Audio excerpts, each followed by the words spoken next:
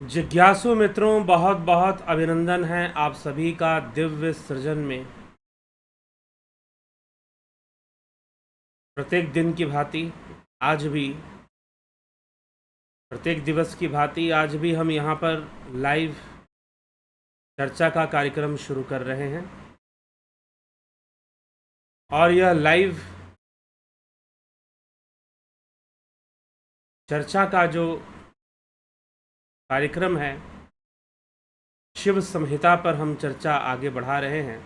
और आज का जो विषय, आज जिस विषय पर हम चर्चा करेंगे वह विषय है मुद्रा और विघ्न रहस्य, 4 प्रकार के साधक। मुद्रा और विघ्न रहस्य, मुद्राओं की चर्चा आज हम करेंगे। तो जब बात मुद्राओं की आती है तो शिव संहिता में सीधा बहुत कोई भूमिका नहीं बनाई गई है मुद्राओं की, क्योंकि पहले ही आसन के बारे में बताया जा चुका है। तो मुद्राएं क्या होती हैं? मुद्राएं भी एक अवस्था है शरीर की, एक मुद्रा है मन और शरीर दोनों की, जिसमें कि हम कुछ बंद लगाते हैं। चक्रों से संबंधित मुद्राओं का संबंध चक्रों से होता है। आसनों का संबंध सीधा चक्रों से कई बार नहीं होता। जैसे कि शिव संहिता में 11 मुद्राएं बताई गई हैं, उनमें से 4 बंद हैं। बंद भी मुद्रा ही होते हैं। तो मुद्राओं का अभ्यास कुंडलिनी जागरण के लिए बहुत सहायक होता है। मुद्राओं का अभ्यास मन की एकाग्रता के लिए भी बहुत सहायक होता है। कुंडलिनी शक्ति जागृत हो, इसके लिए मुद्राओं का अभ्यास करना चाहिए। तो मुद्राएं दूसरे जो हठ योग के ग्रंथ हैं, हठ प्रदीपिका, हिरण्य संहिता, इन सभी ग्रंथों में भी मुद्राओं का वर्णन वैसे ही मिलता है जैसे लगभग शिव संहिता में मिलता है। मुद्राओं की संख्या ज़्यादा हो सकती है, वहाँ पर होती भी हैं, लेकिन जो आधार है वो शिव संहिता से ही मिलता है। तो शिव संहिता में 11 मुद्राओं की चर्चा की गई है। इन मुद्राओं का अभ्यास करने से शीघ्र ही कुंडलिनी जागरण का लाभ प्राप्त होता है। मन की एकाग्रता, नाड़ी की शुद्धता, वह शीघ्र ही प्राप्त होना शुरू हो जाता है। तो चतुर्थ पटल में, शिव संहिता के चतुर्थ पटल में भगवान शिव 11 मुद्राओं की चर्चा करते हैं। बस उन मुद्राओं की विधियां और उनसे होने वाले लाभ की चर्चा मिलती है। थोड़ा सा अलग जरूर है हठ प्रदीपिका ग्रंथ और हिरण्य संहिता से यहाँ पर जो चर्चा मिलती है, लेकिन लगभग वही चर्चा भी है। इन सभी मुद्राओं की चर्चा आपको हठ प्रदीपिका हिरण्य संहिता में भी प्राप्त हो जाएगी। तो जब हम उन ग्रंथों की चर्चा करेंगे तो उनमें भी इन मुद्राओं की चर्चा हम करेंगे।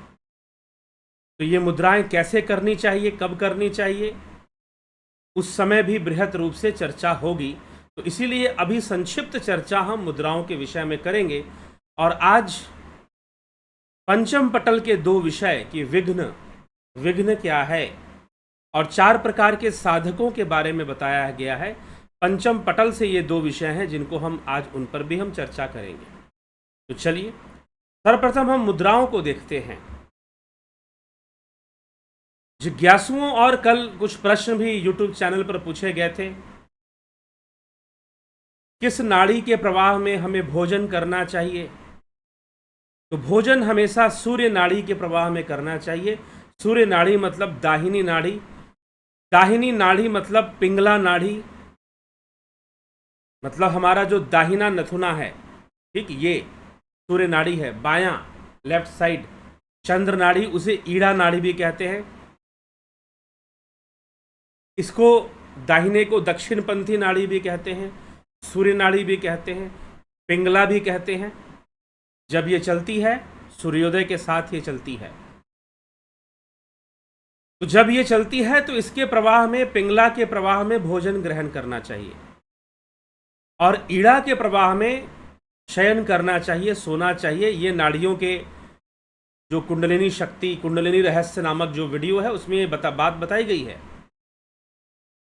इसी तरह से और कुछ प्रश्न जो वीडियो में ही उत्तर होगा, उसका उत्तर वीडियो में ही होगा। जो बात नहीं बताई गई है वीडियो में, उसका वो प्रश्न नहीं पूछा जाएगा।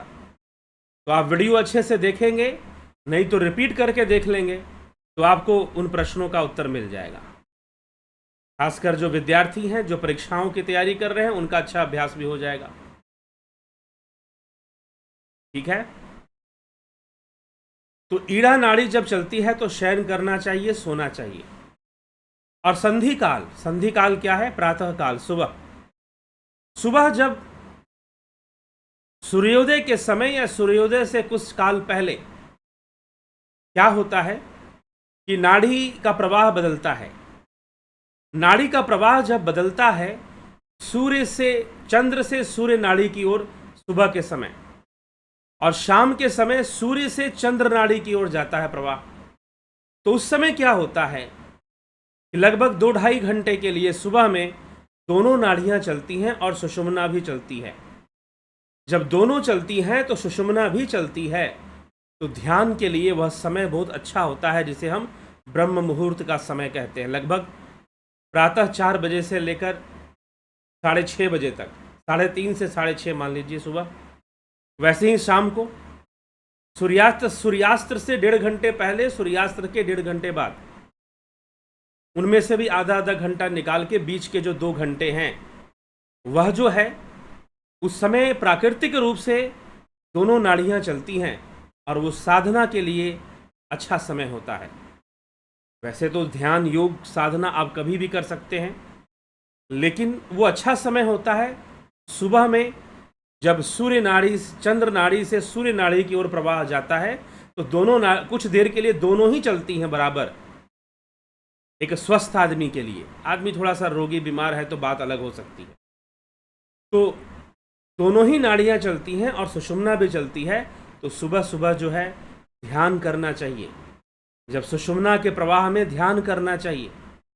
शाम के समय भी कुछ ऐसी घटना घटती है, जब सूर्य से चंद्र की ओर प्रवाह बदलता है, तो उस समय भी ध्यान करना चाहिए।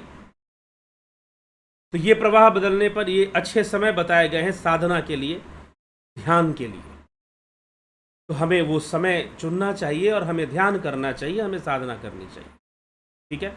उसी से संबंधित ये तीनों प्रश्न थे, तो स्पष्ट हो गया होगा प्रश्न का उत्तर। तो चलते हैं आगे। मुद्राएं, कौन कौन सी मुद्राएं हैं? 11 मुद्राएं हैं। अब ये 11 मुद्राएं कौन कौन सी है? पहली है, ये उसी सीक्वेंस में लिखा गया है,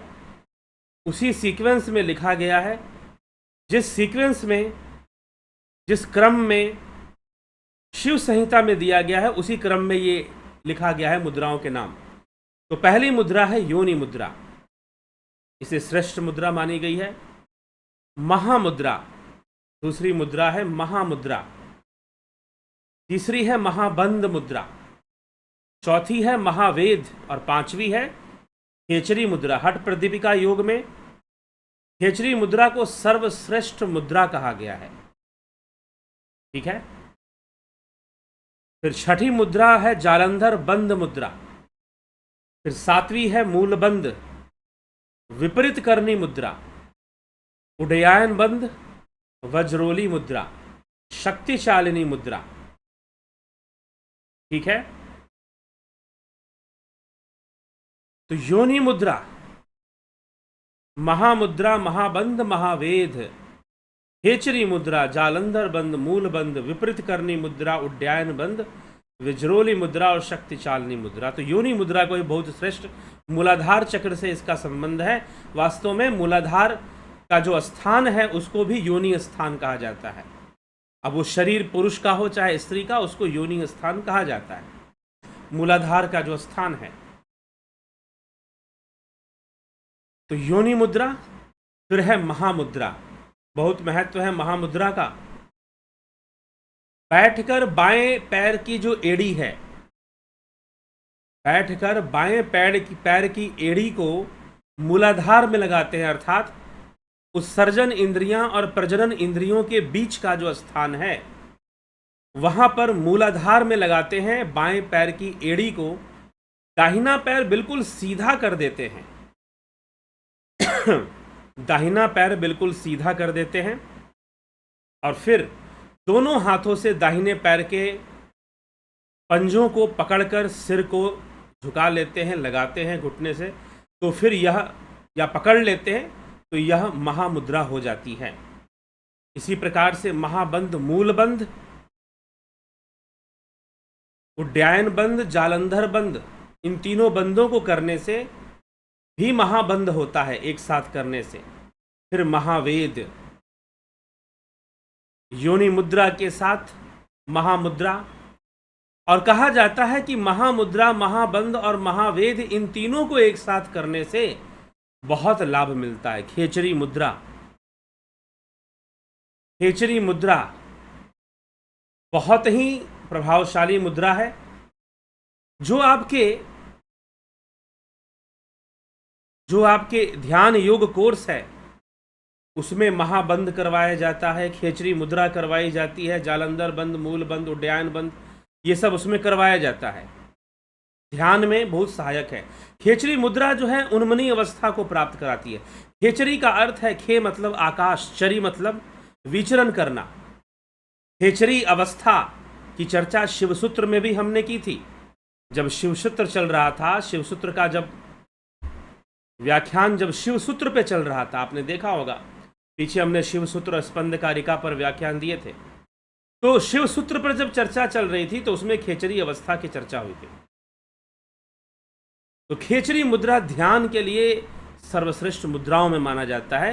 ये खेचरी करने से तुरंत ही ध्यान लगता है, तुरंत ही मन जो है एकदम परावस्था में जाने लग जाता है। ये बहुत अच्छा अनुभव है। ठीक, तो सर्वश्रेष्ठ मुद्रा, हठ प्रदीपिका में सर्वश्रेष्ठ मुद्रा के नाम से खेचरी मुद्रा को ही जाना जाता है। फिर जालंधर बंद। जालंधर बंद कैसे? ठुड्डी को हृदय से लगाना, कंठ को संकुचित करते हुए। मूल बंध, मूलाधार का संकुचन। विपरीत करनी मुद्रा, लगभग सर्वांगासन की तरह। विपरीत करनी मुद्रा, अगर आप सर्वांगासन जानते होंगे, सर्वांगासन उपासन माना जाता है शीर्षासन का। जो लोग योगा करते होंगे शीर्षासन समझते होंगे, सिर को नीचे करना, पैर को ऊपर करना। तो लगभग वैसा दिखने वाला विपरीत करनी मुद्रा है। सिर को जमीन में टिकाकर अपने पूरे बॉडी को ऊपर उठा देते हैं, उल्टा कर देते हैं। जो गति होती है वो विपरीत हो जाती है गुरुत्वाकर्षण के कारण, तो उसे कहा जाता है विपरीत करनी मुद्रा। यह विपरीत करनी मुद्रा के बारे में है। कभी जब हठ पर दीपिका या घेरण संहिता पर आएंगे तो कोशिश करेंगे कि फोटोज भी आसन वगैरह के आपको दिए जाएं मुद्राओं के। ठीक है, अभी चलने दीजिए क्योंकि ये ऐसा विषय है कि अभी आगे और मिलेगा। अभी हठ योग ग्रंथ में अभी हम और देखने वाले हैं, हठ प्रदीपिका देखने वाले हैं और घेरंड संहिता देखने वाले हैं, तो उनमें मिलेगा, तो उनमें उसको अच्छे से और कवर देंगे। लेकिन फिर भी अभी बता रहे हैं आपको विपरीत करनी मुद्रा कैसे होती है। ठीक है, तो विपरीत करनी मुद्रा बहुत अच्छी मुद्रा है, करना चाहिए। कहा जाता है, शिव संहिता में भी कहा गया है और घेरंड संहिता में भी कहा गया है। क्या कहा गया कि विपरीत करनी मुद्रा जो है, विपरीत करनी मुद्रा से बहुत जठराग्नि बहुत प्रबल होती है। सिर को जमीन के बल टिका दीजिए और बॉडी को ऊपर उठा दीजिए, बिल्कुल स्ट्रेट, ऑलमोस्ट लाइक सर्वांगासन। ठीक है,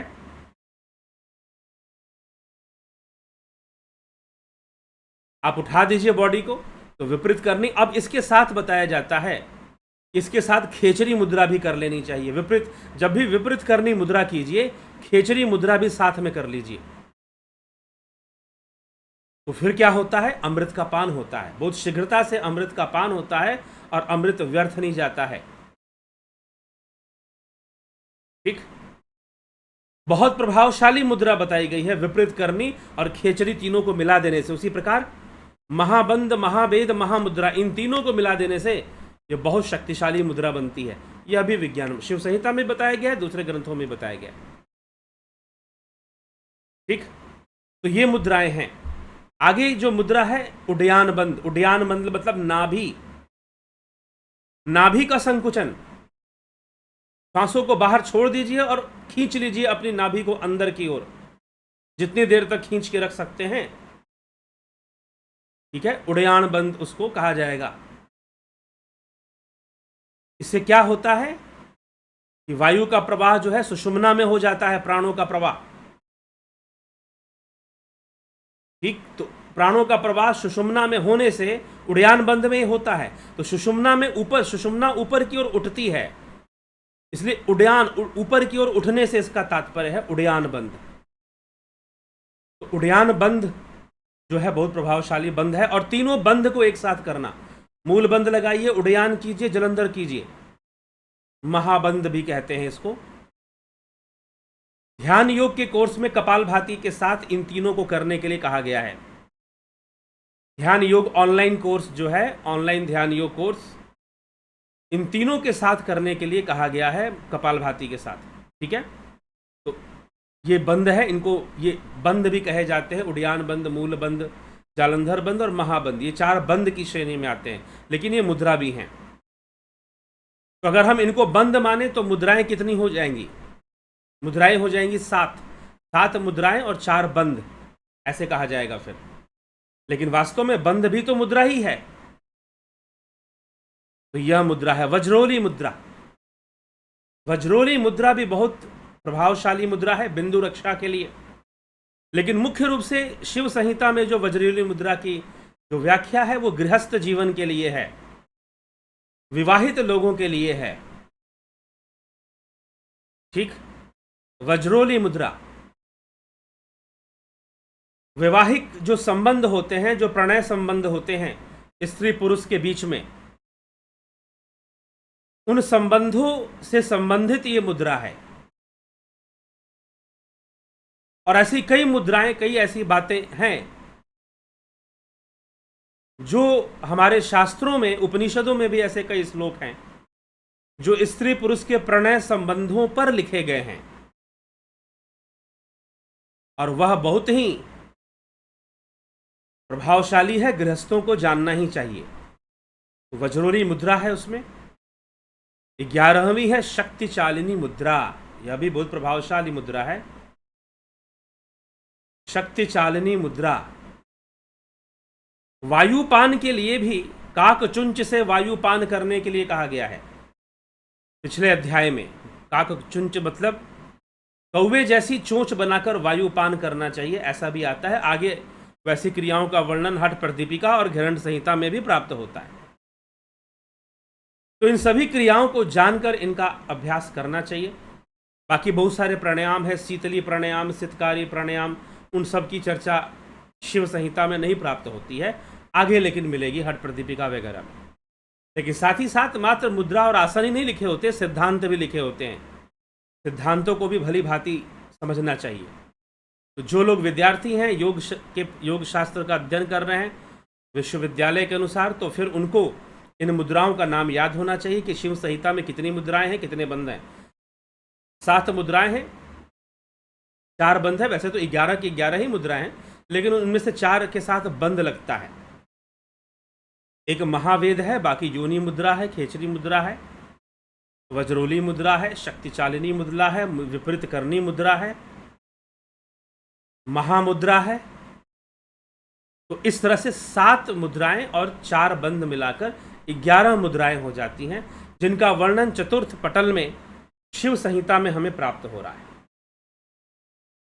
ठीक है, सब अभ्यास का विषय है, करने का विषय। इनके लाभ भी इसमें बताए गए हैं, कई प्रकार के लाभ इसमें बताए गए हैं। खेचरी करने से अमृतपान होता है, आदमी सर्व आरोग्य को प्राप्त करता है, सभी रोगों से मुक्ति मिलती है। विपरीत करनी मुद्रा के साथ अगर खेचरी मुद्रा भी कर लिया जाए तो शीघ्र ही सिद्धि लाभ होती है। ऐसी कई बातें यहां पर बताई गई हैं। ठीक है,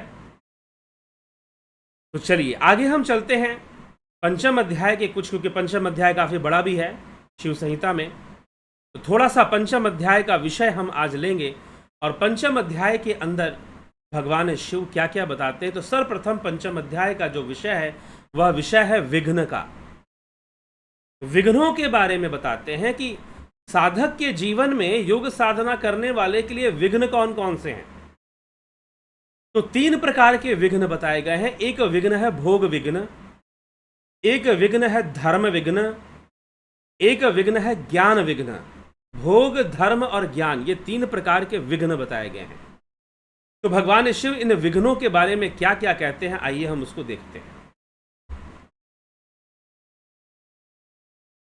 शृणु देवी प्रवक्ष्यामि यथा विघ्ना स्थिता सदा मुक्तिम प्रति नारायण च भोगा परम बंधन।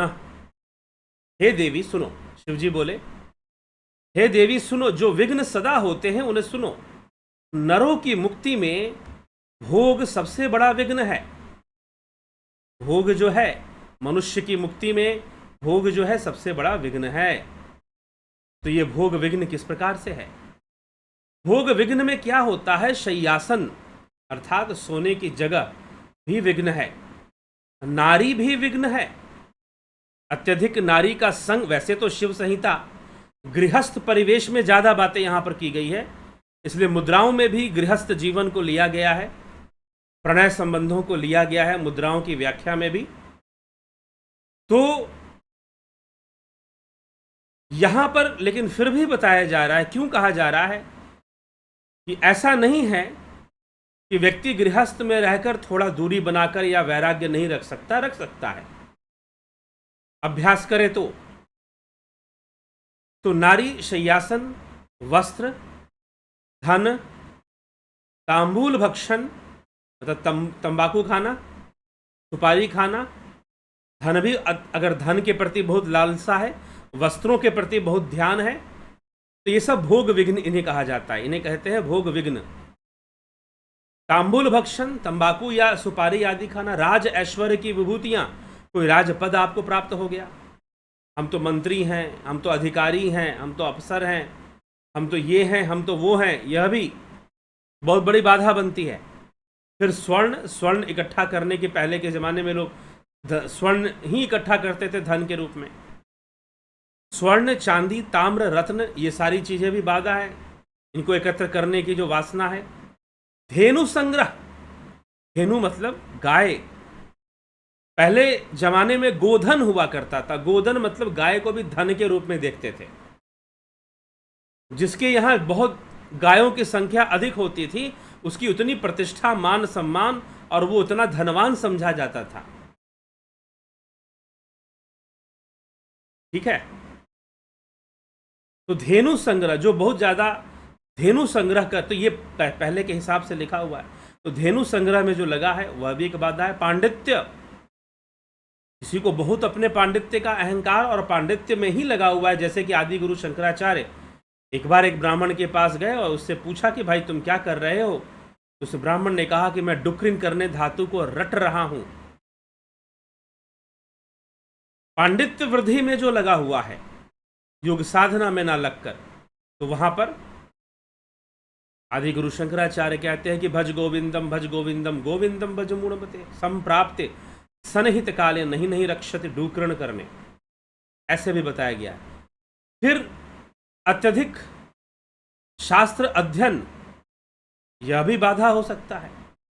नृत्य, गीत, आभूषण, नृत्य देखना, गीत सुनना, आभूषण पहनना, वंशी, वीणा, मृदंग, हाथी, बहुत ज्यादा म्यूजिकल प्रैक्टिस में लगना,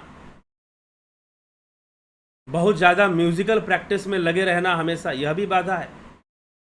हाथी, पहले लोग हाथी को भी धन समझते थे, इस हाथी, अश्व आदि वाहन, क्योंकि पहले, अब यहाँ पर अगर आज के समय में लिखी जाती है शिव संहिता तो कहा जाता कि गाड़ियाँ, जैसे कि लोगों के अंदर कुछ गाड़ियाँ खरीदने का पैशन बहुत होता है, गाड़ियों को खरीदने का पैशन बहुत होता है कि हम ये गाड़ी खरीदेंगे, हम वो गाड़ी खरीदेंगे, नई गाड़ी खरीदेंगे। अरे अब तो ये नई गाड़ी बाजार में आ गई तो चलो पुरानी बेचते हैं, नई खरीद लेते हैं। तो इस तरह की बाधाएं भी आ जाती हैं फिर। ठीक, तो ये सब भी बाधा, इसलिए हाथी और अश्व आदि, हाथी और अश्व जो है वाहन हुआ करते थे पहले। राजाओं के या बहुत धनाढ़ लोगों या व्यापारी लोगों के घर में ही हाथी और घोड़े होते थे।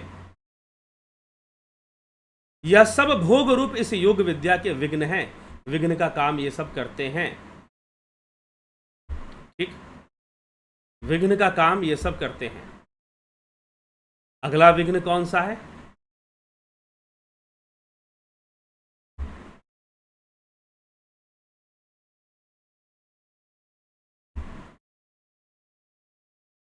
तो विघ्न बताए गए हैं। तो अब अगले विघ्न के बारे में भगवान शिव क्या कहते हैं?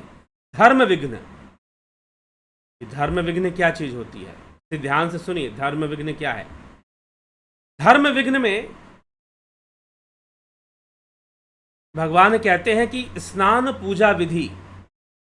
स्नान करना, सुबह सुबह उठना है भाई, स्नान करना है। और कई लोग स्नान करने में बहुत अधिक समय भी लगाते हैं।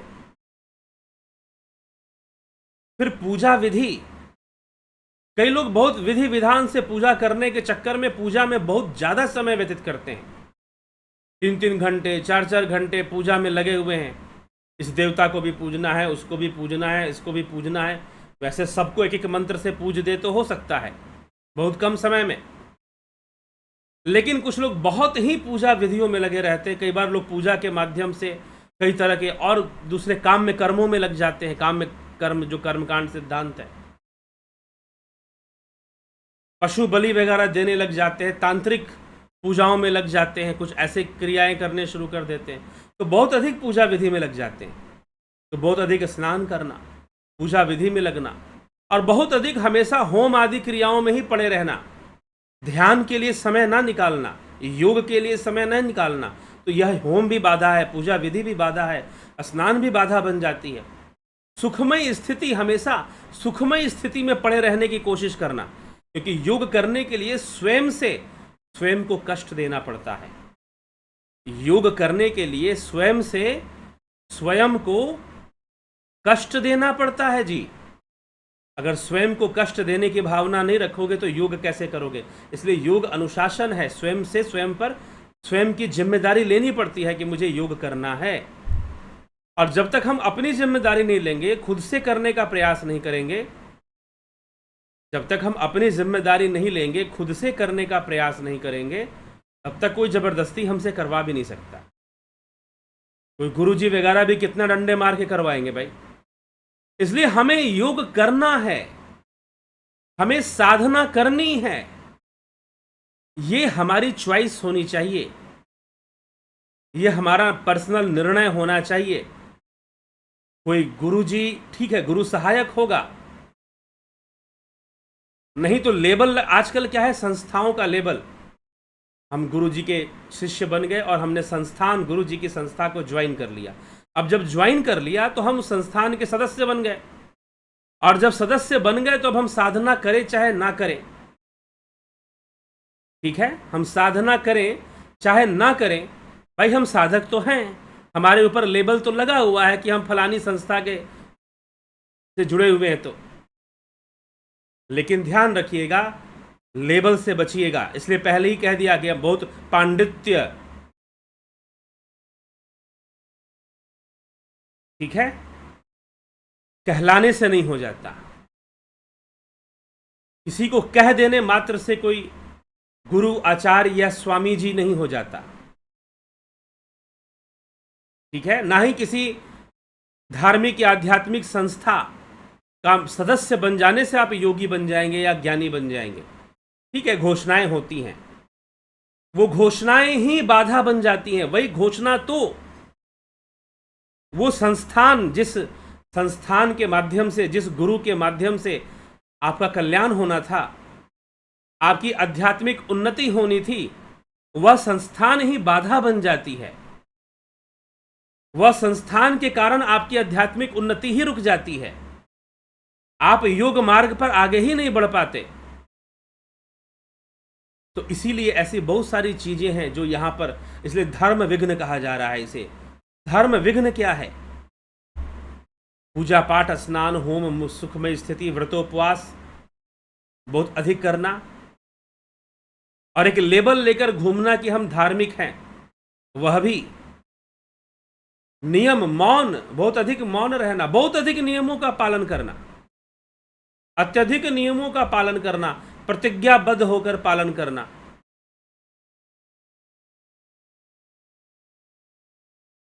गड़बड़ हो जाता है। एक ऐसी किसी के साथ में कहीं पर गया था, एक साधक थे, उन्होंने प्रण लिया था कि मैं रात्रि भोजन नहीं करता। किसी कारण से वो दिन में भी भोजन नहीं कर पाए, और किसी घर पर गए तो रात्रि भोजन नहीं करता। थोड़ा स्वास्थ्य भी उनका ठीक नहीं था। उनसे मैंने कहा कि आप रात्रि भोजन कर लीजिए, क्योंकि दिन में आपने भोजन नहीं लिया। उन्होंने कहा कि नहीं, मैं प्रतिज्ञा ली है मैंने कि मैं रात्रि भोजन नहीं करूंगा। मैंने प्रतिज्ञा ले रखी है कि मैं रात्रि भोजन नहीं करूंगा, लेकिन कुछ बीमारी, कुछ इन्फेक्शन उनको हो गया था। भोजन की आवश्यकता थी लड़ने के लिए उस कीटाणु से, उस जीवाणु से, लेकिन मैं प्रतिज्ञा कर रखा है कि मैं नहीं करूंगा। तो ऐसी प्रतिज्ञाएं भी बाधा बनती हैं, ऐसे नियम भी बाधा बन जाते हैं। तो अड़ियल की तरह नियम पालन नहीं। यही तो कृष्ण अर्जुन को समझा रहे हैं कि अर्जुन ने व्यर्थ में बहुत सारी प्रतिज्ञाएं ले रखी थी। उसी के लिए भगवान ने कहा कि सर्वधर्मान परित्यज्य, अपने मन मर्जी से तूने जितने भी धर्म धारण कर रखे हैं, प्रतिज्ञाएं ले रखी हैं कि मैं ये करूंगा, मैं उन सब का त्याग कर दे, और जो मैं समझा रहा हूं उसे समझ ले। ठीक। तो इस प्रकार से धर्म विघ्न की चर्चा की जा रही, धर्म भी विघ्न हो जाता है। तो लोग कई बार इस तरह से एक ट्रैप में चले जाते हैं। विशेषकर से मैं कह रहा हूं, इन संस्थाओं में जाकर कई बार लोग एक ट्रैप में हो जाते हैं, तो ये सारे वहां पर लागू हो जाएंगे, ऐसी बातें आ जाती हैं। तो थोड़ा ध्यान देना चाहिए। अगर आप किसी संस्था में हैं भी तो अपनी आध्यात्मिक उन्नति को मत रोकिए। चलिए, इंद्रिय निग्रह, ध्येय, ध्यान, मंत्र, दान, सर्वत्र ख्याति। सर्वत्र ख्याति, यह देखिए, सर्वत्र ख्याति। दान भी बहुत अधिक दान करना, बहुत अधिक मंत्र जाप करना, मन मर्जी से। ये योग वाला ध्यान नहीं। कुछ लोग अपनी मन मर्जी का जो ध्यान करते हैं, मूर्ति ध्यान और कई तरह का ध्यान, उसके लिए कहा जा रहा है। इन सबों को पकड़ के बैठ जाते हैं जो, और सर्व ख्याति, सर्व प्रतिष्ठा, कि हमें हर जगह ख्याति चाहिए, लोग हमें आचार्य समझे, लोग हमें सम्मान करें। ख्याति होना एक अलग विषय है, लेकिन ख्याति में बहुत आसक्ति हो जाना, ख्याति में बहुत आसक्ति हो जाना। और कई बार साधुओं के समाज में मैंने देखा है कि उनको महामंडलेश्वर बनने की बहुत जल्दी होती है, किसी को गुरु कहलाने की बहुत जल्दी होती है। तो यह सब जो आसक्तियां हैं, अपने साधुपने को बनाए रखने की बहुत जल्दी हो जाती है। तो यह भी विघ्न है। साधु वेश धारण कर लेना और साधु वेश में फिर रहना भी एक विघ्न हो सकता है। अगर वो मन में आ गया और ख्याति मिल गई, उसमें सर्व ख्याति हो गई, चार लोग गुरुजी कहेंगे, चार लोग स्वामी जी कहेंगे, आपकी पैर पूजेंगे, तो योग साधना नहीं हो पाएगी। फिर योग कहां से करोगे? तो यह भी एक बाधा हो जाएगा। हठ प्रदीपिका में भी इसका वर्णन मिलता है। हठ प्रदीपिका में भी इसका, इन बातों का वर्णन किया गया है। कुछ अलग ढंग से किया गया है, लेकिन किया जरूर गया है। तो सर्व ख्याति प्राप्त करने की जो लालसा है, और उस ख्याति में भी सम्मान प्राप्त करने की जो लालसा है, वह कई बार बहुत बड़ी बाधक के रूप में सामने आ जाती है। तो उसे बाधक तत्व यहां पर लिखा जा रहा है। ठीक है, तो वह बाधक तत्व के रूप में मान्य हो जाती है। तो सर्व ख्याति, वापी, कूप, सरोवर, प्रसाद। वैसे तो कुआं जरूरी होना चाहिए जहां भी मठ या मठिका का निर्माण हो, हठ प्रदीपिका के अनुसार, लेकिन एक दूरी पर होना चाहिए, और कुएं से भी कोई आसक्ति नहीं होनी चाहिए। अब यहां पर कूप सरोवर क्यों लिखा हुआ है? क्योंकि पहले के जमाने में अपना कुआं होना, अपना सरोवर होना, यह भी आपके संपत्ति का ही हिस्सा था। जो बड़े बड़े सेठ, व्यापारी, राजा लोग होते थे, वो अपना सरोवर बनाते थे, अपना कुआं खुदवाते थे। ठीक, ऐसा था। प्रसाद, प्रसाद का अर्थ अपना महल भी होता है। उद्यान आदि बनाना, प्रसाद मतलब अपना महल, उद्यान आदि बनाना, गार्डन बनवाऊंगा, ये बनवाऊंगा, और बहुत अधिक यज्ञ आदि क्रियाओं में लगे रहना। चंद्रायन व्रत करना, चंद्रायन व्रत मुख्य रूप से प्रायश्चित के रूप में किया जाता है। यह एक प्रायश्चित व्रत है। कर्मकांड सिद्धांत के अंदर नित्य, नैमित्तिक, काम में निषिद्ध और प्रायश्चित, ये 5 कर्म आते हैं। नित्य, नैमित्तिक, काम में निषिद्ध और प्रायश्चित। तो प्रायश्चित कर्म, चंद्रायन व्रत जो है प्रायश्चित के अंतर्गत ज्यादा किया जाता है। वैसे भी लोग करते हैं, कई लोग, कठिन व्रत है काफी, लेकिन बहुत लंबा व्रत है। यहां पर बाधा क्यों दिया जा रहा है, क्यों कहा जा रहा है कि अगर 1-2 दिन का व्रत हो, अगर 1-2 दिन का व्रत हो तो बात अलग है। चंद्रायन व्रत होता है पूरे 1 महीने का। चंद्रायन व्रत जो है वो होता है पूरे 1 महीने का होता है चंद्रायन व्रत।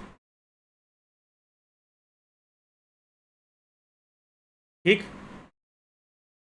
तो 1 महीने का उपवास करना या फिर आपको बाधा देगा योग मार्ग में, क्योंकि योग करने के लिए थोड़ा भोजन जरूरी है, मिताहार जरूरी है, एक सात्विक भोजन जरूरी है। इसीलिए अगर चंद्रायन व्रत करेंगे तो उसके नियम पालन करेंगे और महीना भर के लिए उलझ जाएंगे आप। 1 महीने का यह व्रत कैसे होता है कि आपको पूर्णिमा से 15 कौर भोजन शुरू कर एक एक कौर कम करते जाना होता है, और अमावस्या में कुछ भी ग्रहण नहीं करना होता, ना जल ना अन्न। एक एक कौर, 15 कौर है तो 1 कौर कम कर दोगे, कम होते होते अमावस्या के दिन कुछ बचेगा ही नहीं। मतलब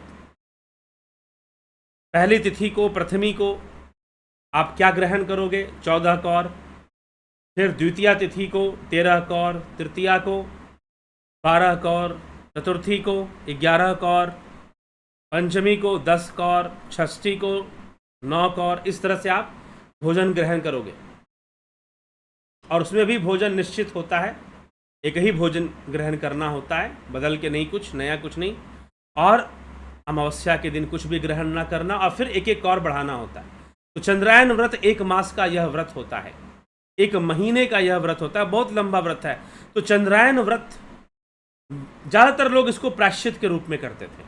कुछ उनसे गलती हो गई, कोई जीव हत्या हो गई, या फिर कुछ ऐसा कर्म हो गया जो अनुचित है या निषिद्ध है, तो उस परिस्थिति में ज़्यादातर लोग चंद्रायन व्रत करते थे। तो यह भी धर्म विघ्न की श्रेणी में आता है। और तीर्थ भ्रमण,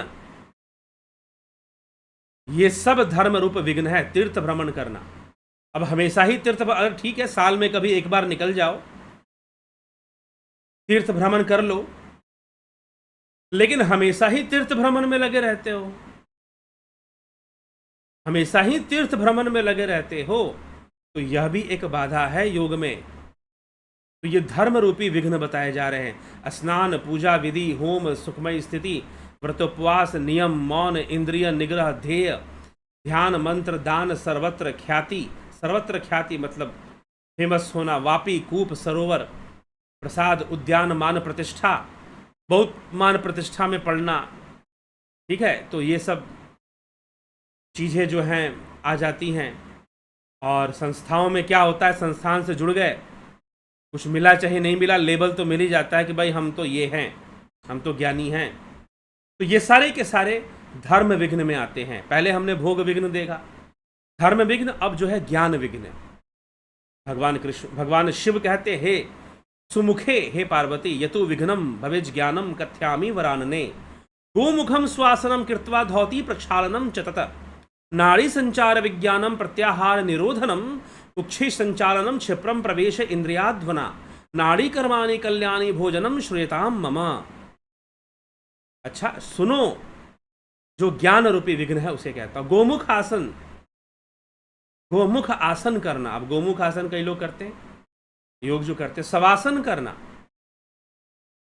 गोमुख आसन बहुत ही अच्छी आसन बताई जाती है योग में।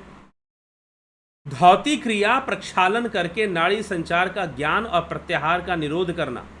अब ये जितनी भी चीजें हैं योग के अंदर आती है। अब देखिए, मैंने पहले भी कहा था, जब मैं आसनों को बता रहा था या पीछे की विघ्नों की जब चर्चा करेंगे भगवान शिव, तो आसनों को भी एक विघ्न के रूप में बताएंगे। अब यहां पर समझने वाली बात है कि जब आसन करना तो योग के लिए है, गोमुख आसन, श्वासन, धौती क्रिया, प्रक्षालन, नाड़ी संचार क्रिया, ये तो खुद नाड़ी संचार के लिए तो पहले भी भगवान शिव ने बोला है। ज्ञान और प्रत्याहार का निधन, उदर चालन करना, उदर चालन मतलब नौली क्रिया आदि जो करते हैं, अग्निसार क्रिया, नौली क्रिया, पेट वेट घुमाने वाली जो क्रियाएं होती हैं, अब ये सब भी बाधक हैं। यह ज्ञान रूपी विघ्न है, यह ज्ञान रूपी विघ्न है, तो यह भी एक विघ्न है। अब यह विघ्न क्यों है, यह समझने की आवश्यकता है। ये तो योग मार्ग में सहायक है ना भाई, आसन करना, शंख प्रक्षालन की क्रिया हो गई, अब जो है धौती क्रिया हो गई, नाड़ी संचार हो गया, ये सब तो योग मार्ग में सहायक है। फिर इनको भी विघ्न कहा जा रहा है। क्यों कहा जा रहा है, विवेक से सोचने की आवश्यकता है। अपने अंदर बैठे गणेश जी को जागृत कीजिए, प्रश्न पूछिए गणेश जी से कि भाई इनको क्यों विघ्न कह रहे हैं। प्रत्याहार का निरोध, उदर चालन, नौली क्रिया आदि, इंद्रिय द्वारा प्रवेश, नाड़ी कर्म, सब ज्ञान रूप विघ्न है, सब ज्ञान रूप विघ्न है। ठीक, क्यों विघ्न है। अब आसन करना, गोमुख आसन, शवासन, धौती प्रक्षालन और ये सब क्रियाएं भी विघ्न क्यों हैं, ध्यान से सुनिए। क्योंकि योग का उद्देश्य क्या है, राजयोग है। राजयोग का उद्देश्य है समाधि, मोक्ष, कैवल्य, परमानंद की प्राप्ति, परम सिद्धि की प्राप्ति, परमानंद की प्राप्ति, यह सब योग का उद्देश्य है। लेकिन यह आसन भी विघ्न है। क्यों विघ्न है, क्योंकि बहुत सारी जो क्रियाएं हैं आज के समय में, और ये तो उस समय से ही लोग भगवान शिव समझते जानते थे, इसीलिए लिखा इस बात को उस समय ही लिख दिया। क्यों लिख दिया कि आसन भी विघ्न, गोमुख आसन विघ्न, श्वासन विघ्न, धौती क्रिया षटकर्म के अंतर्गत आता है, नाड़ी संचार क्रिया, ये सारी चीजें क्यों विघ्न क्यों कही जा रही है। इसलिए विघ्न कही जा रही हैं क्योंकि बहुत सारे लोग जो है हठ योग करने में वो हठ योग तक ही सीमित रह जाते हैं, वो राज योग की प्राप्ति नहीं करते हैं। इसलिए हठ प्रदीपिका में भी यह बताया गया है कि हठ योग का उद्देश्य क्या है, राज योग की प्राप्ति। ये नहीं कि हठ योग ही करते रह जाओ। और कई बार लोग मात्र राजयोग की प्राप्ति से कोई लेना देना नहीं उनका, कैवल्य से कोई मतलब नहीं, ध्यान योग से कोई मतलब नहीं, समाधि से कोई मतलब नहीं, नाद ध्यान से कोई मतलब नहीं, बस हाँ शरीर में कमी आ गई है, कुछ पाचन ठीक से नहीं हो रहा तो चलो कुछ क्रिया कर लेते हैं जिससे कि पाचन ठीक हो जाए, नौली क्रिया कर लेते हैं या अग्निसार क्रिया कुछ करते हैं, पाचन थोड़ा ठीक हो जाएगा। आजकल लोग भ्रामरी करते हैं, भ्रामरी या फिर उज्जयी प्राणायाम करते हैं। किस लिए करते हैं भाई, थायराइड ग्लैंड खराब हो रहा है तो चलो उज्जयी कर लेते हैं, भ्रामरी कर लेते हैं, चलो कांति आ जाएगी। अब जैसे पीछे कहा गया कि ऐसे कुछ कुछ क्रियाओं और नाड़ी शोधन क्रिया और कुछ क्रियाओं के लिए, या फिर हठ प्रदीपिका में भी बस्ती क्रिया के लिए लिखा गया है कि कामदेव जैसा शरीर हो जाता है, सुंदर शरीर हो जाता है। तो अब कोई लग जाए कि हमको तो कामदेव जैसा शरीर चाहिए तो हम ये क्रिया कर लेते हैं, ये योग कर लेते हैं। कैवल्य की प्राप्ति, समाधि की ओर आगे बढ़ना, यह उसका उद्देश्य नहीं है, तो वह योग में बाधा बन जाएगा। फिर वो क्रिया ही योग में जो सहायक थी वही बाधा बनने लगेगी, ये समस्या हो जाएगी। ठीक है, तो आसन भी बाधक हो जाते हैं फिर।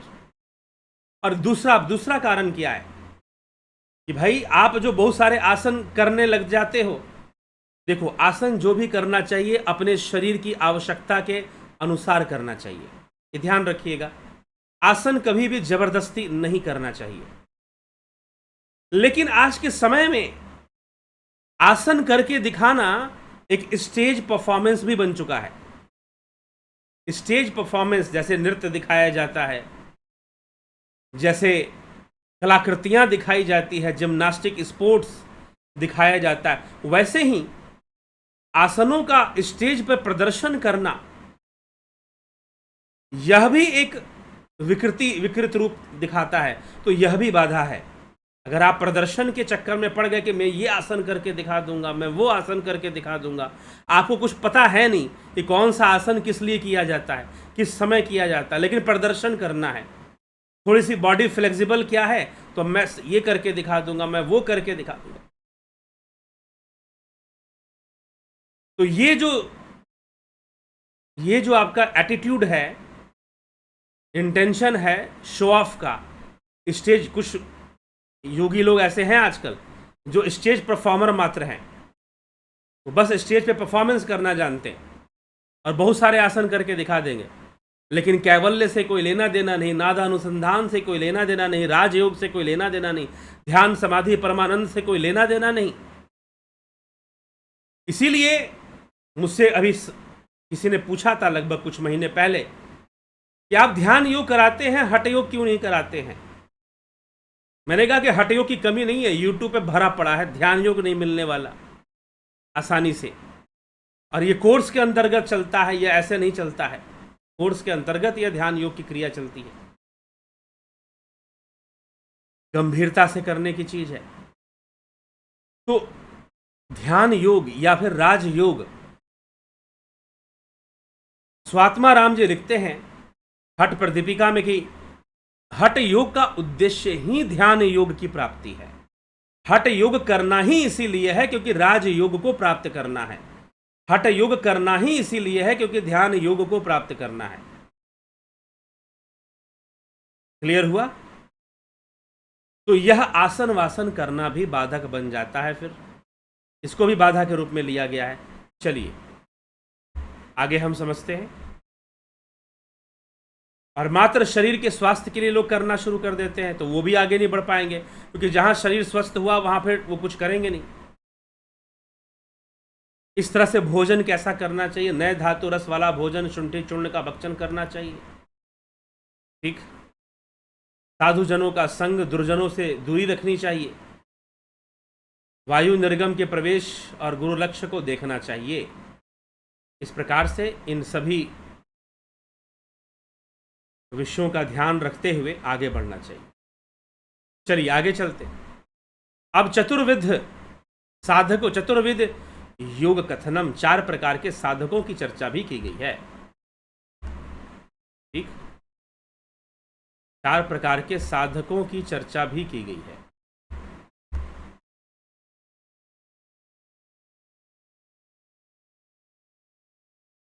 सबको ब्रह्ममय देखना चाहिए, यह भी बताएं, ये सब करने के लिए बताए गए हैं।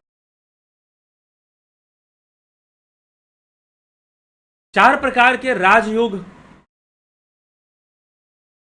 चतुर्थ, चौथा, अब 4 प्रकार के योग बताए गए हैं इसमें, और 4 प्रकार के साधक बताए गए हैं।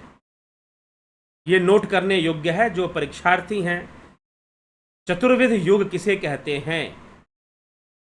मंत्र योगो हठशैव लय योगस्तृतीयका, चतुर्थो राज योग स्यात्स द्विधा भाववर्जित।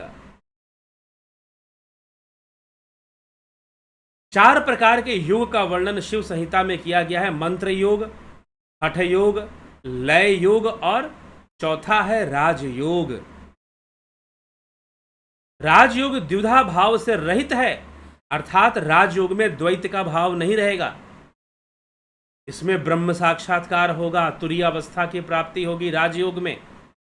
इस चैनल पर जितनी भी हमने चर्चाएं की हैं वो मुख्य रूप से राजयोग की ही चर्चा है, चाहे शिव सूत्र की चर्चा हो, विवेक चूड़ामणि की चर्चा हो, पतंजलि योग सूत्र में भी मुख्य राजयोग ही है। तो 4 प्रकार का योग होते हैं। भगवान शिव कहते हैं कि मंत्र योग, हठ योग, लय योग और चौथा राजयोग। राजयोग द्विधा भाव से रहित है, राजयोग में 2 भाव नहीं रह जाते, अर्थात जीव और ईश्वर एक हो जाते हैं।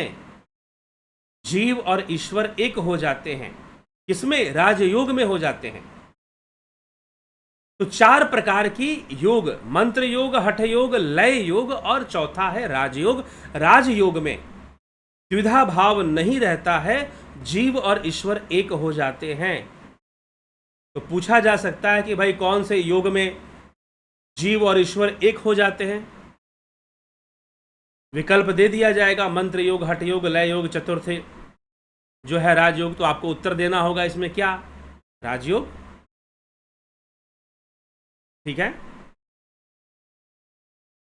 तो इस प्रकार से ये विषय आ जाता है। फिर 4 प्रकार के साधक बताए गए हैं। 4 प्रकार के साधक कौन कौन से।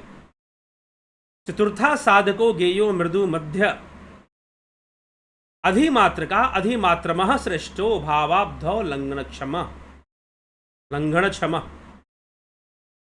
साधक भी 4 प्रकार के होते हैं। मृदु, 4 प्रकार के साधकों के नाम क्या है। पहला है मृदु, मध्यम, मृदु साधक, मध्यम साधक, अधिमात्र साधक और अधिमात्रम साधक, मात्रतम साधक। मृदु, मध्यम, अधिमात्र और अधिमात्रतम। मृदु, मध्यम, अधिमात्र और अधिमात्रतम। इनमें अधिमात्रतम श्रेष्ठ, सर्वश्रेष्ठ साधक कहा गया है। मृदु साधक के लक्षण क्या होते हैं। मंद,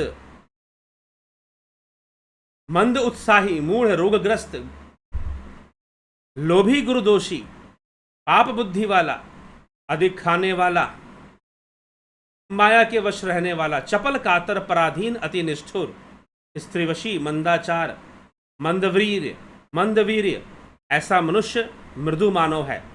ऐसे साधक को काफी मेहनत करनी पड़ती है। 12 वर्ष तक यत्न से उसे सिद्धि प्राप्ति हो सकती है। अगर लगातार 12 वर्ष यत्न करे तो वह निश्चय ही गुरु कृपा और मंत्र योग का अधिकारी होता है। कौन, मृदु साधक। जो मृदु साधक होते हैं उन्हें मंत्र योग देना चाहिए, वो मंत्र योग के अधिकारी होते हैं। अब यहां पर 2 बातें स्पष्ट की जा रही हैं। एक तो किस प्रकार के साधक को कैसा योग करना चाहिए, दूसरा कोई गुरु है तो शिष्य को देखकर ही उसे देना चाहिए।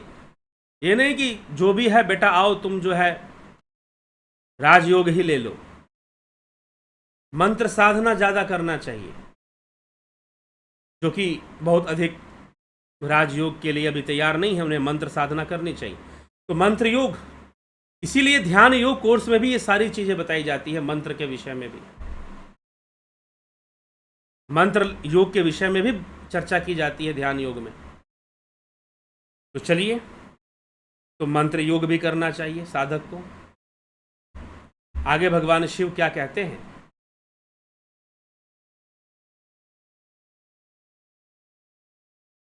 तो 4 प्रकार के साधक और 4 प्रकार का योग। तो 12 वर्ष साधना करने से मंत्र योग सिद्ध होगा उसका, और मृदु साधकों को मंत्र योग करना चाहिए। लय योग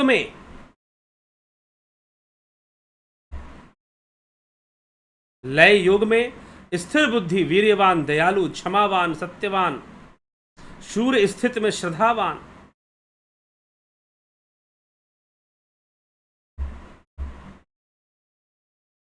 गुरु चरण सेवी, योग अभ्यासरत ऐसा पुरुष अधिमात्र कहलाता है।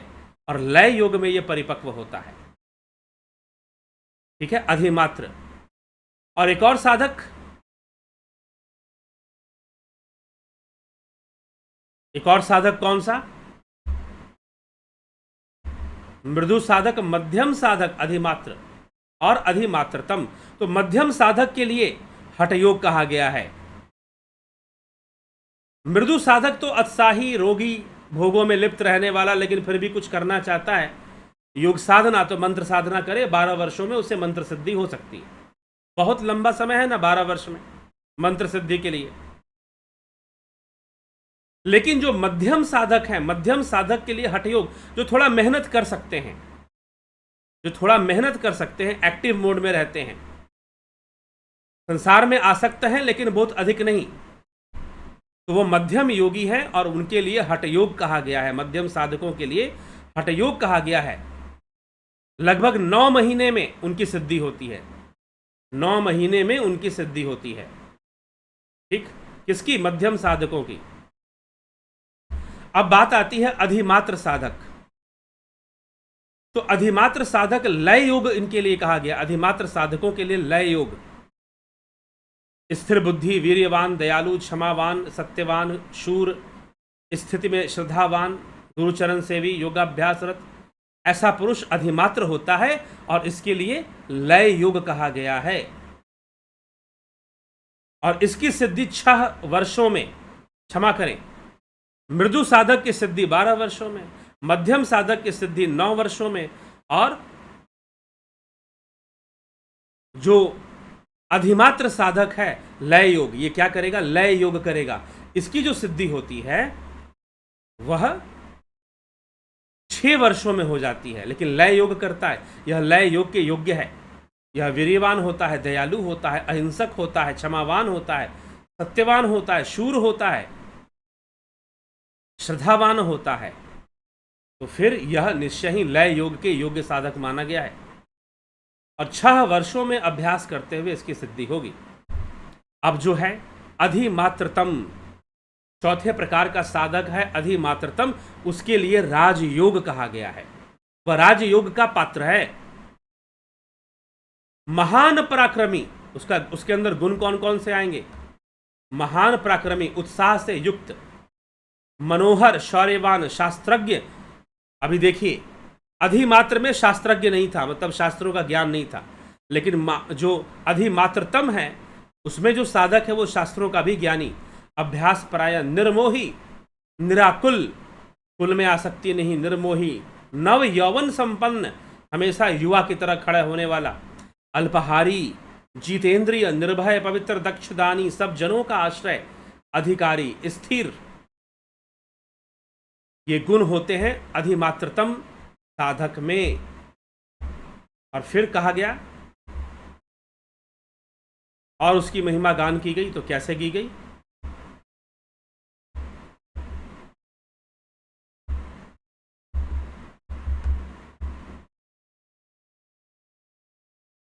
तो इस प्रकार से अधिमात्रतम साधक के विषय में बताया जा रहा है।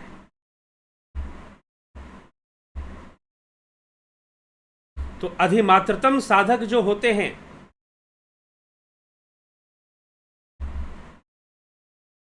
उनके अंदर भी गुण होते हैं। कौन से गुण? ये सारे गुण जो अभी मैंने बताए।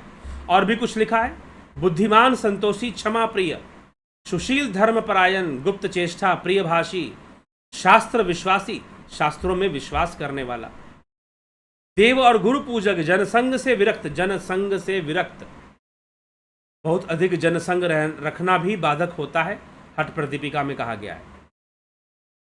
महाव्याधि रहित, ऐसा सब योग का साधक अधिमात्रतम है। महाव्याधियों से मुक्त होता है, हमेशा बीमारियां नहीं लगती उसको। 3 वर्षों में ही उसे सिद्धि प्राप्त होती है, इसमें कोई संशय नहीं है।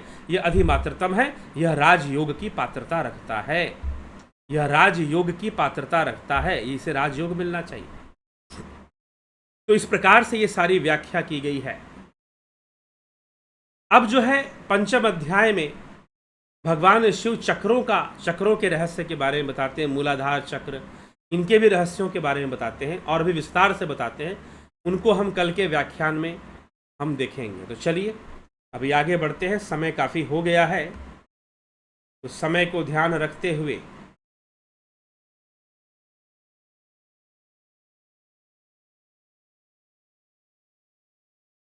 ठीक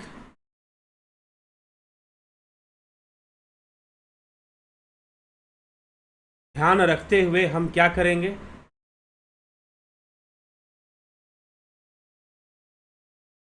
इसको समझेंगे, इस विषय को। चलिए कौन क्या कहता है देख लेते हैं। जयंती भाई पटेल, गुरुदेव के शरण में प्रणाम। तत्सत हृदय ग्रंथि और चित्रा नाड़ी, उसमें क्या तपवत है? हृदय ग्रंथि बहुत अंतर है जी। चित्रा नाड़ी जो है वह एक नाड़ी है, ग्रंथि है, दोनों में अंतर होता है। और जो नाड़ी है वह जो है हृदय गुहा कहा जाता है, हृदय ग्रंथि नहीं, हृदय गुहा। तो ब्रह्म रंध्र में, चित्रा नाड़ी में ब्रह्म रंध्र है। हाँ, ये कह सकते हो कि जो हृदय गुहा है वो चित्रा नाड़ी में है। ठीक। राकेश मराठे जी, नवजोत नाथ, जगत नारायण, पवन कुमार, घनश्याम सरोदे, राम प्रकाश, रतन सिंह, विक्रम संघ, कमलेश हैरनर, अवनी प्रधान, चंद्र सागर, दीपक नागरे, अमन कक्कर, दशरथ पटेल जी बहुत अभिनंदन है। शिखर शर्मा जी, रूपलाल विश्वकर्मा, विनोद के सूद, रमेश पेशवानी, श्वेता राय सिन्हा जी बहुत अभिनंदन है आपका। विनोद के सूद, अपूर्व विश्वकर्मा, विनोद, आशा रानी जी, उषा श्रीवास्तव जी, शिवम भट्ट जी, राम विलास जी, भाईलाल चौवटिया, संतोष गुप्ता, राम निवास मीना, रमेश यादव, बलवंत सिंह गोहिल, श्वेता कुमारी, विंदेश्वरी मिश्रा, प्रणाम आदरणीय प्रभु जी, सादर चरण कर आपको भी बहुत बहुत प्रणाम। मनीष यादव जी, अमित पंडा जी, माधुरी कोले जी, रविंद्र मकवाना, एके त्यागी, सविता नायक जी, प्रथमेश जी, एम के पेडी। मेरा तीनों उत्तर सही हुआ था गुरु जी, बहुत अच्छी बात है, बहुत शुभकामनाएं आपको, ये आपको तीनों उत्तर सही हुआ। प्रथमेश जी, कभी कभी हम सब्जेक्ट से रिलेटेड क्वेश्चन नहीं पूछते, इसलिए हम माफ़ी चाहते हैं। जी हाँ, पूछना चाहिए उसी से रिलेटेड, तो ज़्यादा अच्छा रहता है, थोड़ा बहुत उसके आसपास हो। विमला शाह, भरत शबलानी जी, शिखर शर्मा, धन्यवाद भारत, रिकु कुचड़िया, सुनीत कुमार, सतीश मास्टर, हीरालाल यादव, नरेश मेहरा जी, राजेंद्र चौहान, ब्रह्मा जी, पद्मासन में 2 आवर्स से ज़्यादा नहीं बैठ पाता हूँ, गुरुदेव मेरा मार्गदर्शन करें। ठीक है, अच्छी बात है, 2 घंटे बैठ रहे हैं तो बहुत अच्छी बात है। सुखासन में बैठिए फिर उसके बाद। राजू पाल जी, कमलेश उपाध्याय, अशोक गोयल, सनातन, अशोक गोयल जी, स्पिरिचुअल विद साइंटिफिक प्रूफ, सनातन धर्म कोई पर्सनल आइडेंटिटी नहीं है, तो ऐसा क्यों कहते हैं कि हम सनातनी हैं? ये धर्म सबका है, हिंदू कहना सही है क्या? सबका, सनातन धर्म सबका तब होगा ना जब सनातन मत में कोई मानेगा, सनातन मत को मानेगा, तभी तो उसको सनातन धर्मी हम कह सकते हैं। जब वो सनातन मत को नहीं मानता तो फिर कैसे? तो यह विचारधारा है, तो सभी सनातन धर्मी कैसे हो सकते हैं? यह भी प्रश्न है ना। आदमी कहे कि मैं आदमी नहीं हूं, मैं जानवर हूं, तो फिर, और वो सारे क्रियाकलाप भी जानवरों वाले कर रहे, इसलिए तो कहा गया धर्मो ही तेषाम अधिको विशेषु धर्मेन हीना पशु भी समान। धर्म से जो हीन है वह पशु है। ये नहीं कहा गया कौन सा मनुष्य, जी नहीं, मनुष्य के लिए कहा गया। आहार निद्रा भय मैथुनम च समानमेत पशु भी नरमान धर्मो ही तेषाम अधि, जिसके अंदर धर्म ही विशेष रूप से है वही मनुष्य है, अन्यथा पशु के समान है। मनुष्य शरीर मिलने पर भी पशु के समान है। इसलिए सनातनी पहले होना पड़ेगा ना, सनातन विचारधारा, सनातन में विश्वास लाना पड़ेगा, और सिर्फ कहने वाला नहीं, प्रदर्शन वाला नहीं। दुर्भाग्यपूर्ण है कि सनातन धर्म की कमजोरी ही यही है कि इसके जो कहने वाले हैं वो खुद सनातनी नहीं है। ठीक, यही समस्या है। अगर वो स्वयं सनातनी, अब सनातनी बनने के लिए सनातन शिक्षा दीक्षा भी जरूरी है, सनातन विचारधारा को सही से समझने की आवश्यकता है, तब जाकर कोई सही में सनातनी होगा। गंभीर शाह जी, उत्कर्ष तिवारी, रसीला दवे, विष्णुचंद्र मौर्य, योगेंद्र पंडित, राजू पाल, दीक्षा मंत्र भी बाधा है, हो जाती है योग साधना में। जी हाँ, बाधा तब हो जाती है जब आप राजयोग की ओर नहीं बढ़ते। आप खाली मंत्र जप कर सोचते हैं कि काम हो गया, और मंत्र जपा आपने और सोचते हैं कि मंत्रों से संसारी काम को पूर्ति कर लेंगे हम मंत्र सिद्धि से, और आप समाधि की ओर, कैवल्य की ओर, मोक्ष की ओर आगे नहीं बढ़ते, तब बाधा है। वैसे बाधा नहीं है, वैसे तो आसन को भी बाधा लिख रहे हैं, नाड़ी संचार को भी बाधा कहा जा रहा है। जब आप उन्हीं क्रियाओं में आसक्त हो जाते हैं, जब आप आसन आदि क्रियाओं में आसक्त हो जाते हैं, उधर संचालन, ये जो नौली क्रिया आदि करना, दिखाना, आसनों का प्रदर्शन करना या शरीर के स्वास्थ्य के लिए करना, उसी में आसक्त हो गए, योग मार्ग पर आगे नहीं बढ़े, तो वो बाधा हो जाती है। ठीक है, Raju Pal ji, between the line, अरे ओ मंद बुद्धि, सनातन कहलाना, तो कहलाने से कोई सनातन हो जाता तो सनातन धर्म इतना कमजोर नहीं पड़ता जो आज पड़ गया। पहली बात तो ये। हाँ, मैं मंद बुद्धि हूं, बहुत तीक्ष्ण बुद्धि तो मेरी नहीं है, फिर भी कोशिश करता हूं कि कुछ जो है यहाँ पर बोल लिया करूं। सनातन कहलाना तो गर्व ही है जो हिंदुओं फॉलो करते हैं। समझा क्या जी? थोड़ा सा समझ में आ रहा है? आप ज्ञान देते रहेंगे तो और समझ में आता रहेगा।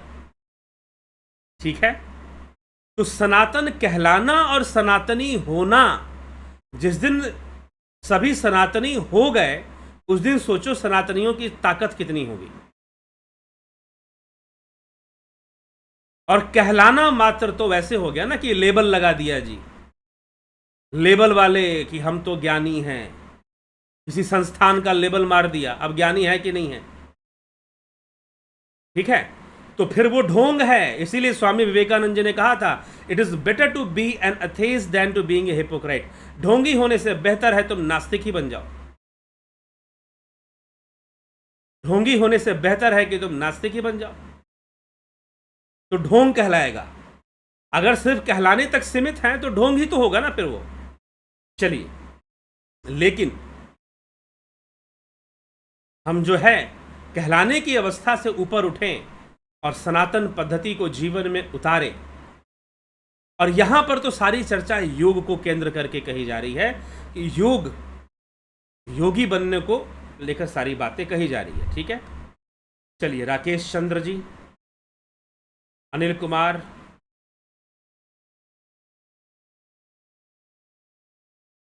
अरे बिटवीन तेरी बुद्धि यहीं अटकी हुई है, इसलिए तू मुस्लिम और क्रिश्चियन सनातन धर्म को भी एक रिलीजन की नज़र से देखते हैं। उन्हें क्या जवाब दोगे बताओ? सही बात है। ठीक है, मुस्लिम और क्रिश्चियन सनातन धर्म को भी एक हाँ, यही समस्या है। इसलिए असली सनातनी बनने की आवश्यकता है, बिटवीन द लाइन। ठीक, असली सनातनी बनने की आवश्यकता है, तभी सनातन धर्म सशक्त होगा। शिक्षा की आवश्यकता है। उटपटांग शिक्षा देने वाले पता नहीं क्या क्या जो मजहबी, जो रिलीजन वाले हैं, अपनी शिक्षा देते हैं, विद्यालय के साथ चर्च भी बना देते हैं और सिखाते हैं अपनी उटपटांग शिक्षाएं। लेकिन यहां पर इतनी वैज्ञानिक शिक्षा, इतनी तर्कपूर्ण शिक्षा, इतनी सटीक शिक्षा होने के बाद भी पूरे देश में सनातनियों को सनातन धर्म से शिक्षित करने का कोई विद्यालय नहीं है कि जिसमें सनातन धर्म की शिक्षा दी जाए। वो होना चाहिए, उसकी व्यवस्था होनी चाहिए, उसके लिए कदम आगे बढ़ाना चाहिए। तभी तो हम जानेंगे, अपने शास्त्रों को सही रूप में जानेंगे, सही तरीके से जानेंगे, तो हम निश्चय ही सनातन धर्म को ही सशक्त कर देंगे। पांडुरंग वराले, अर्जन भाई चौहान, लखेंद्र राम, धन्यवाद भारत।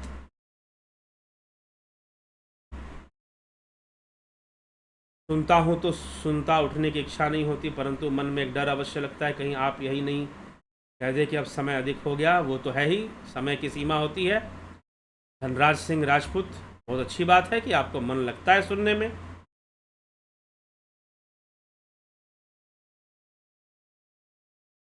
कुंभक कब तक सिद्ध होगा? अभ्यास करते जाइए। हर साधक के लिए अपना अपना अलग हिसाब किताब होता है। जय श्री राम, संदीप अरोड़ा जी, सुवर्ण गायकवाड़ जी। इसी के साथ विराम देंगे और कल फिर मिलेंगे लाइव चर्चा में। ध्यान योग का कोर्स जो लोग करना चाहते हैं, ध्यान योग का कोर्स स्टार्टिंग फ्रॉम 20 सितंबर, 20 सितंबर से शुरू हो रहा है। Duration 1 month. Online meditation course, guided meditation, transcendental meditation, spiritual healing. 2 तरह के मेंबरशिप है इसमें। जो लोग स्पिरिचुअल हीलिंग भी करना चाहते हैं उनको जुपिटर, और जो मात्र गाइडेड और ट्रांसेंडेंटल करना चाहते हैं उनको सन मेंबरशिप ज्वाइन करना होता है। तीनों ही करने के लिए जुपिटर मेंबरशिप ज्वाइन करना होता है, और 2 शुरू में जो 2 है उनको करने के लिए सन मेंबरशिप। कॉन्टैक्ट 9661802459। आप जरूर संपर्क कर इस पे ले। वैसे ही प्राकृतिक चिकित्सा का कोर्स ऑनलाइन यह भी शुरू हो जाएगा 20 सितंबर से। जरूर ज्वाइन करें और इसका पूरा लाभ उठाएं। इसी के साथ विराम देते हैं। बहुत बहुत आभार आप सभी का। कल फिर 9 बजे लाइव चर्चा में मिलते हैं।